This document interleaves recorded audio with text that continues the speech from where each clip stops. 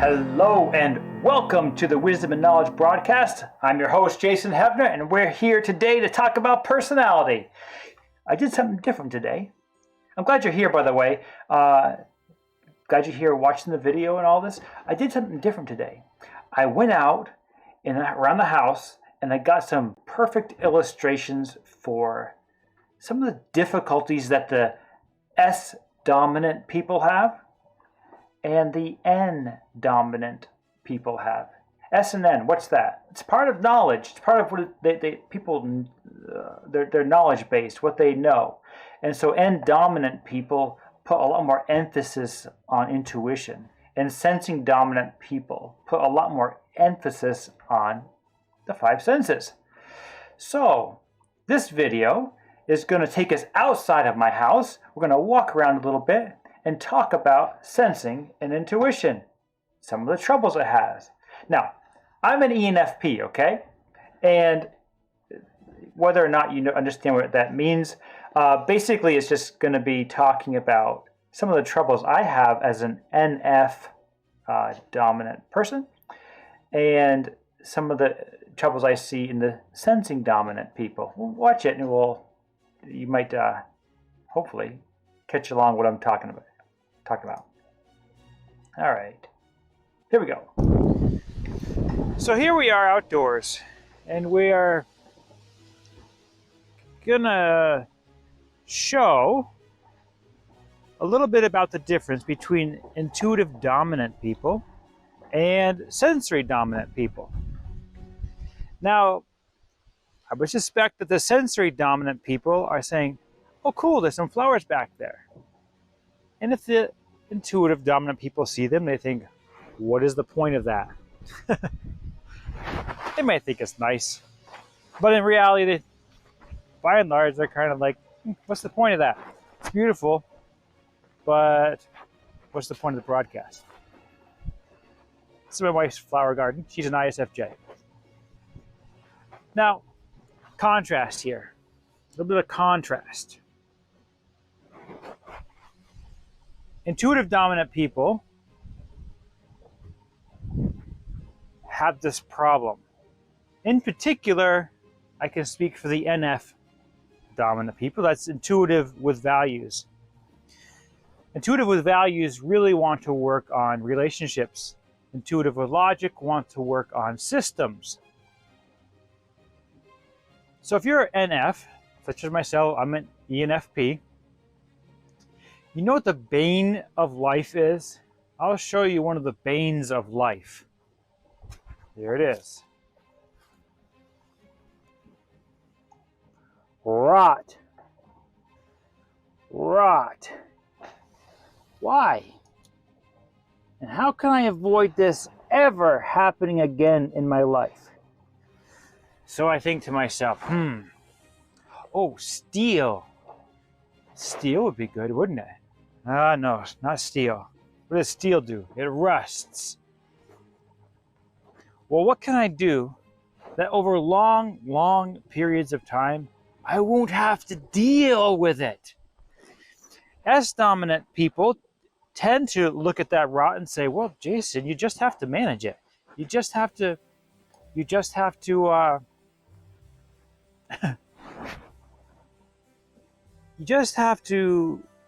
spend your time or cycle it so that occasionally you go through and you check and you make sure everything's running right. And if it's not, just do a quick fix. You know, a stitch in time saves 9. It's a very S-dominant thought, because the stitch is a physical thing. You see a little rip in your clothes and you stitch it up. Well, intuitive people do the same thing, except when it comes to relationships. A stitch in time saves 9, do you know? In relationships. Here's another example. This was all rotten here. Okay? This was all rotten.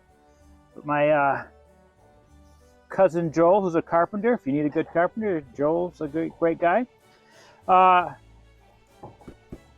fixes it up with this stuff. This is expensive. It's not wood. It's something else. I don't know. But it's not going to rot. And it's not going to rust. And I never have to paint it again because it's white. And hopefully when I die, somebody else will have to deal with it. Because it's never going to fall apart again. Cost an arm and a leg. That's the way it is for me with the concrete world, with the S dominant, the sensory. And I've observed that the S dominant people are that way with relationships. They look at the rot that occurs in relationships and they think, why? Why do I have to deal with this rot? Right? It shouldn't be this way. Or how can I make it never happen again?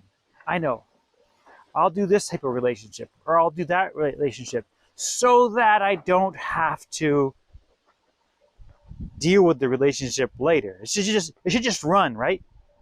It should just run. But intuitive, the NF folks say, well, of course relationships break down. Relationships need relationships need upkeep. And when you see a little bit of a problem, you work on it. And sometimes you reveal that it's a deeper problem than you realize. So you just get into it and you put a lot of work into it. Real life work. Except you do it potentially from sitting in a chair. It's real life work. Like, I don't like that kind of work. Well, tough. That's the way life is. Because I hear that all my life regarding this rot. Well, tough. That's the way life is. Get over it. I don't want to get over it. I hate this stuff. I hate it when I find rot. I'm going to put it off. Well, the sensory people, they're putting it off too. And I see it over and over and over again. We're in relationships. That's rot. I'm not going to do it now. It'll hold up. The relationship will hold up. Till it doesn't. You're killing me! Yeah, the relationship will hold up until it doesn't.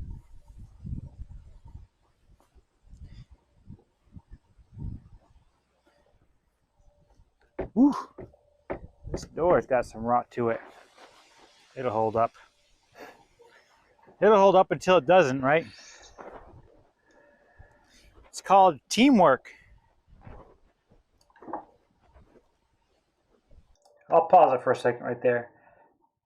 It's called teamwork. What do I mean by that? What I'm saying is, let the carpenters or the S people do the carpentry, the S. Let the intuitive people do the intuitive. Let the systems builders build the systems. That's what I'm saying. We'll keep going. You've got rot in your relationships. It's got to be there somewhere.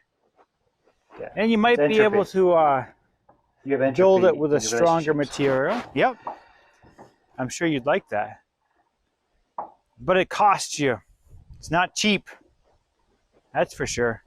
It costs your time and it costs your mind working at it. You don't want it, you can't afford it, can you? You can't afford the time. I understand. But for those of you who can, for those of you who have the capacity of mind to put the energy into it, you all can. Some of your relationships, if you build them well, they won't need a lot of work to maintain. But if you want to just wing something at it, wing some money at it, or wing some, just cut it off. Cut off the relationship. That's your prerogative, of course, but that's the difference between S dominant people and N dominant. S dominant, they just want to fix it, fix the rot, fix the, they maintain generally the concrete world. Okay, I'm going to stop it here because I don't like how I ended it. But that's what happens. They maintain, the S dominant people maintain the physical world well. But in their minds, it's difficult, relatively speaking. Let's say it this way. S dominant people are not going to maintain their outer world better than their inner world. And N dominant people are going to maintain their inner world better than their outer world. So, what do I mean by that? If you go to somebody's house who's S dominant, or their environment, and you see a well-maintained place, it doesn't mean what's going on inside is doing very well. There could be a lot of trouble in there.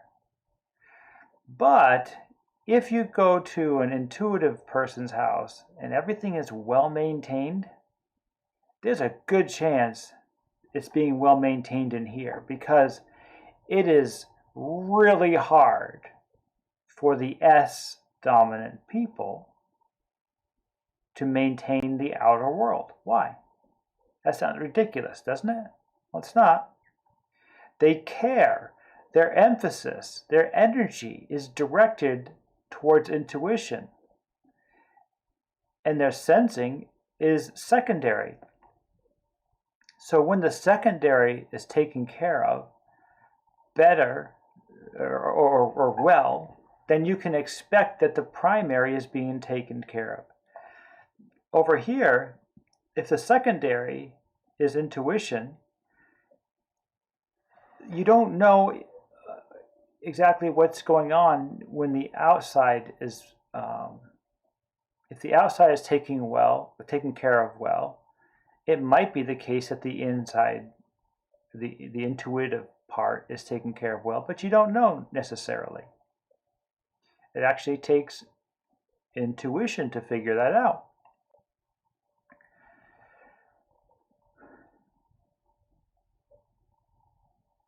Everybody has intuition. Everybody has sensing. Everybody has value judgments. Everybody has logic judgments. You all have them.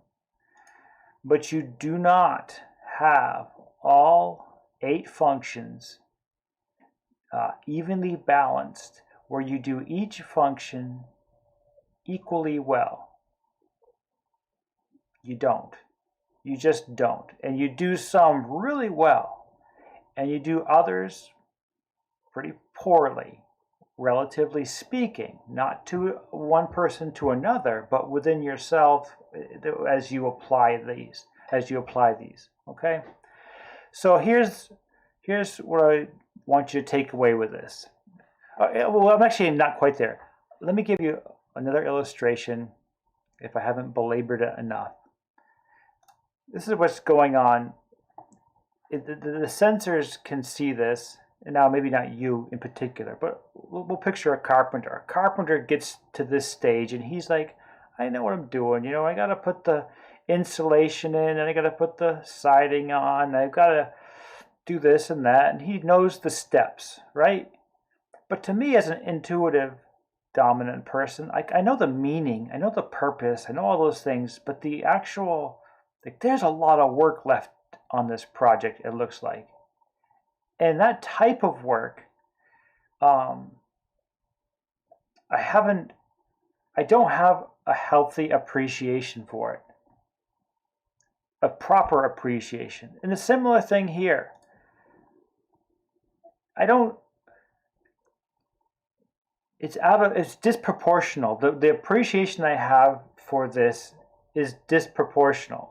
Like, I could learn how to replace an engine, but without having learned it already, this process, in particular this part of the process, is very scary. This is my car, theoretically. It's not just an illustration, but if this is my car and the engine is being replaced, this part of the process is very scary. What's my point in saying this? Well, in relationships, when you work on a relationship, when you deconstruct it, this is part of the reason why I can respect this as people not wanting to work on it. Because when you get into the process, it can be quite scary.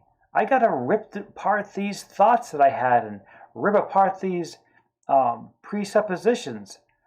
And when you're halfway through the process, yikes, right?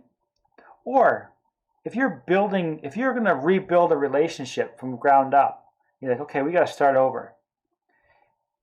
It takes planning and hours of thinking and processing, and it can be scary. I totally understand what you're going through if I'm helping you, and it can be very scary. I feel it. If the car is up in the air and the mechanic says, I gotta, pull off this axle and do this and do that, it's okay, I've got the tools over here. It's going to take some time. I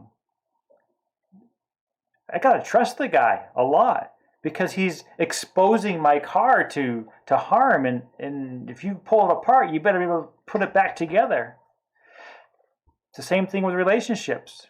If you dig into a relationship to repair it, you're going to have to get exposed. Sorry, that's just the way it is. Here's the toolbox. Look, he's got a lot of tools at his disposal. But if you're going to repair relationships, especially by somebody who's not a hack, hopefully they've got a lot of tools at their disposal. And hopefully they have a good understanding of this system, this process, and that people have these different functions. And in repairing relationships, if you understand the different types and you understand them well, you can puzzle together the relationships in such a way that builds a strong foundation from the ground up. Yeah, that's kind of what I want to talk to you about. I want to talk to you about how the intuitives tend to be able to, especially NF, intuitive value dominant people, want to work on, prefer working on situations where they're dealing with entropy in the relationships, in ideas. So you'll see them in places very commonly in social programs or where they can HR or places like that, and it's very common, and they're going to be using these processes, very common. Police departments and where you get into teams. All right. I hope I don't want to lose a thought.